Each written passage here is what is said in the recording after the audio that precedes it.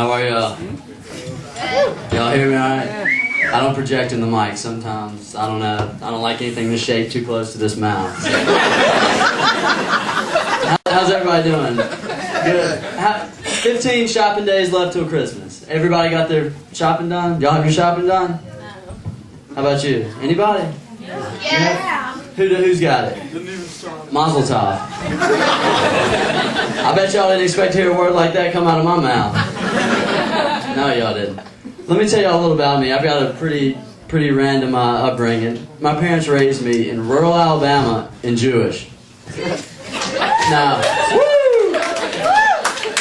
I don't know how familiar most of you guys are with the South, but trust me, it's a little easier to find people with extra fingers and extra toes than it is to find Jewish people. I kid you not, my whole town looks like a bunch of Chernobyl survivors. Most of y'all get that? Right. Usually we get a lot of public school in here. They don't. You got to pull it. You public school? I heard a groan. It's all right. I'm public school. I can barely read. I can barely read my belt buckle. But no, like whenever I'm talking to somebody down south and they find out I'm Jewish, they get that look on their face. You know, the same look they get when they tried long division. Just a. I mean, they go crazy. But growing up like this, it made certain times of the year crazy. Like when I was studying for my bar mitzvah, I brought the Hebrew to school and I was reading it. I should have known I was going to get asked a question like this, considering the guy had the two worst hairstyles of all time at the same time. He had his little rat tail come down out of the back of his mullet. And he walked up to me, he's like, "Michael, say something in Jewish." Like, dude, it's Hebrew. I don't come up to you and be like, "Hey, white trash, kick me out of phrase and hooked on phonics." I don't know, but another time that was always crazy was the holidays, like right around this time. Because who would the teacher get to tell the class about Hanukkah? Only Jewish person she'd ever seen. Me. And like these kids really cared what my family was in the house doing while they're outside trying to ignite a cross on my yard. You know, first of all, why do they even burn a cross in our yard? We're Jewish. It means nothing to us. I mean, if they really want to piss us off, burn something important, like a $20 bill. My family's been outside swinging like you wouldn't believe. It's crazy.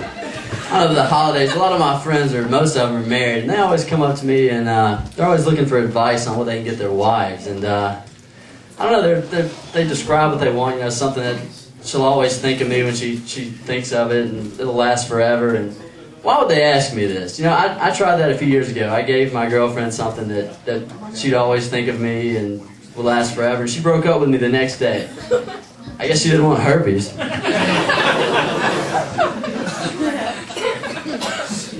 I don't have herpes. Seriously. But I was talking to some other friends of mine, and they were telling me what they do for the holidays, because I really didn't know. And they were like, "Well, on Christmas Eve, our whole family sits around the Christmas tree and the fireplace, and we tell each other what we're thankful for." And he looked at me, he's like, "Michael, what are you thankful for?" It's like, "Right now, I'm thankful I'm not in your family." Jesus Christ, that's horrible. I wouldn't want to do that. Another family I'm thankful I'm not in is a true story, good friend of mine. His dad got him a new car and a new laptop for Christmas, and so I was like, well, Jamie, what did you get your dad? He bought an African family a goat on his dad's behalf. Now, if I were to get you a present like that, and you hand me a card saying you bought the Hablablus goat, I would be pretty pissed. Now that's not giving right there. Any of y'all want a goat? I mean, seriously, y'all want? I'll give you this guy's number and he'll get you a goat. It's crazy. Now, but another popular thing down south is deer hunting. Any of y'all hunt? Anybody know anything about hunting at all? Are y'all aware people sit in the woods and shoot animals? Y'all are pretty quiet. No. This boils down to most of my friends that hunt, they're all married and they all hate their wives. And this goes to, people don't hunt because they want. I mean, let's weigh your options here. I can lay here in a nice warm bed next to you, or I can go sit in the top of the tree in sub-zero temperatures covered in deer urine. Now, I love deer meat as much as the next guy, but I'm not taking a golden shower to get it. That's just disgusting. Thank God I don't have to pick up girls like this. Could you imagine before I go to a club, instead of me putting on cologne, I put on urine? God, in that screwed up world, y'all think homeless people would be pimps? They might be. I don't know. I've moved up here and everything and single, and all my friends back home, they gave me the worst advice. Like, oh man, the New York girls are going to love your accent.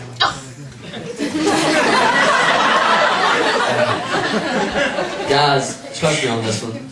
Tell the New York girl you're from Alabama, not a panty dropper.